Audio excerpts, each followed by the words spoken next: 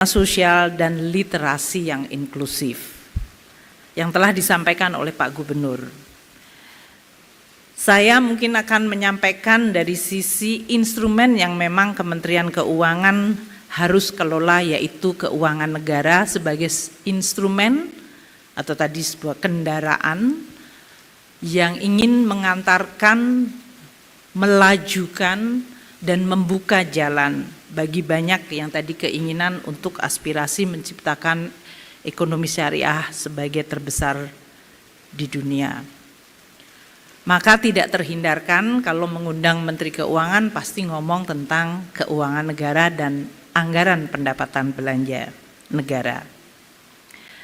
Presiden Prabowo sebagai presiden terpilih, beliau menyampaikan Asta Cita sebagai fondasi untuk mencapai cita-cita Indonesia emas, dan instrumen APBN merupakan instrumen yang sangat penting untuk mencapai cita-cita tersebut.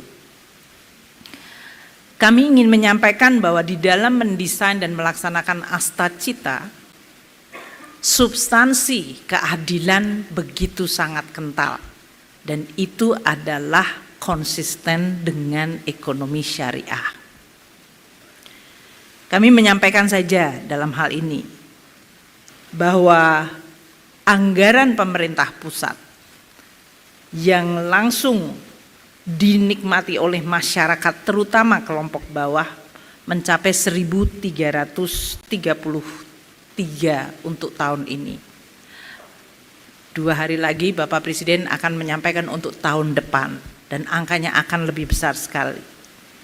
Dari mulai perlindungan sosial, jadi kalau kita bicara tentang keadilan, bagaimana yang lemah kita bantu.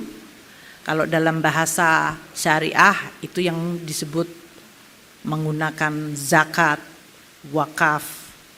Pada dasarnya mereka yang mampu harus menggunakan kemampuannya, karena di dalam setiap rezeki dan harta yang kamu dapatkan ada hak orang lain. Bukan ustazah ya dalam hal ini.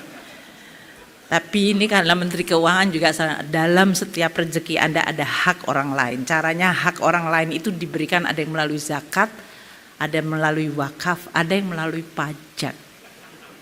Dan pajak itu kembali kepada yang membutuhkan.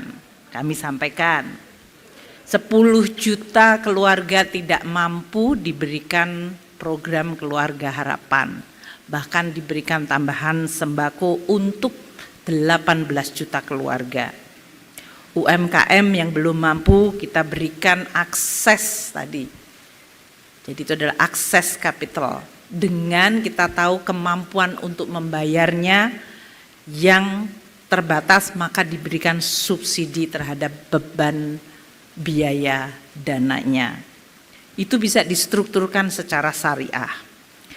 Mereka yang perlu untuk mendapatkan pelayanan kesehatan, mulai dari diagnosa, pelayanan kesehatan gratis, pemeriksaan kesehatan gratis, dan sekarang dibangun akses-akses kesehatan, puskesmas, BKKBN, posyandu, hingga rumah sakit di daerah-daerah yang sekarang di-upgrade, sehingga kalau menggunakan Menteri Kesehatan, jangan orang yang terkena serangan jantung tapi di daerah terpencil harus dibawa ke Jakarta, baru jalan 10 kilo sudah dijemput malaikat maut. Takdir mengenai kematian kita nggak pernah tahu, tapi ikhtiar untuk kita memperbaiki masyarakat untuk mendapatkan hak kesehatan itu adalah ikhtiar kita.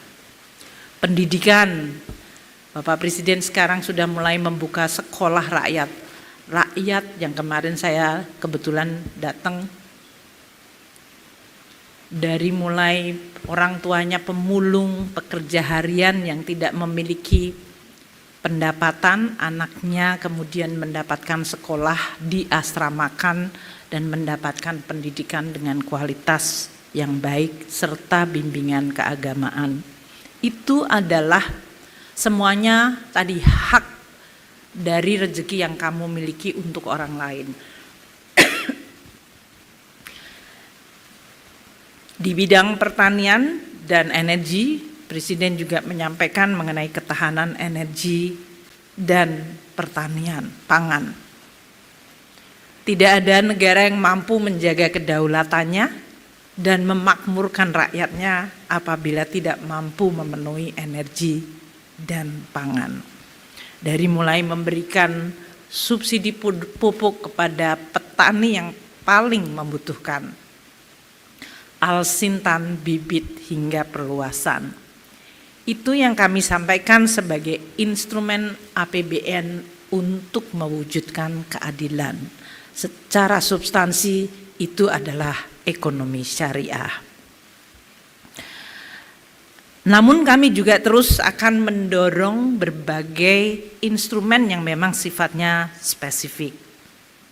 Telah disebutkan dalam RPJM mengenai Indonesia sebagai pusat ekonomi syariah dunia. Pangsa aset keuangan syariah yang telah mencapai 51,42% makin akan ditingkatkan. Dan untuk jujur saja, yang banyak menggelembungkan aset itu adalah instrumen keuangan negara. Sukuk di Indonesia didominasi oleh sukuknya negara. Korporasi mungkin perlu untuk didorong lebih banyak lagi. Tanpa itu Indonesia tidak akan menembus pada radar yang cukup tinggi, baik sukuk lokal maupun global. Masyarakat kita kelas menengah yang di sini pasti memiliki tabungan, mereka membutuhkan alat investasi. Dan oleh karena itu bisa meletakkan di bank syariah yang kita sudah merge waktu itu, Pak Kiai Ma'ruf yang meminta cukup persisten agar terjadi sebuah skala yang besar, dan itu terjadi dengan reformasi undang-undang P2SK. Beliau sangat meneliti pasal-pasal yang akan memberikan keberpihakan kepada bentuk institusi yang berbasiskan pada syariah. Kita terus akan mendorong berbagai instrumen itu, termasuk aset wakaf uang yang masih perlu untuk terus didorong, dan untuk kita bisa mencapai tadi yang disebut peringkat yang tinggi. Kalau saya sedang diskusi dengan Presiden Islamic Development Bank mengenai anggota dari ISDB, adalah negara-negara OIC. Terus tenang, negara OIC itu dibagi menjadi seperti dua polar. Mereka yang borrowing dan biasanya miskin dalam kondisi fragile, bahkan perang. Dan kelompok yang memiliki sumber daya alam seperti minyak dan gas.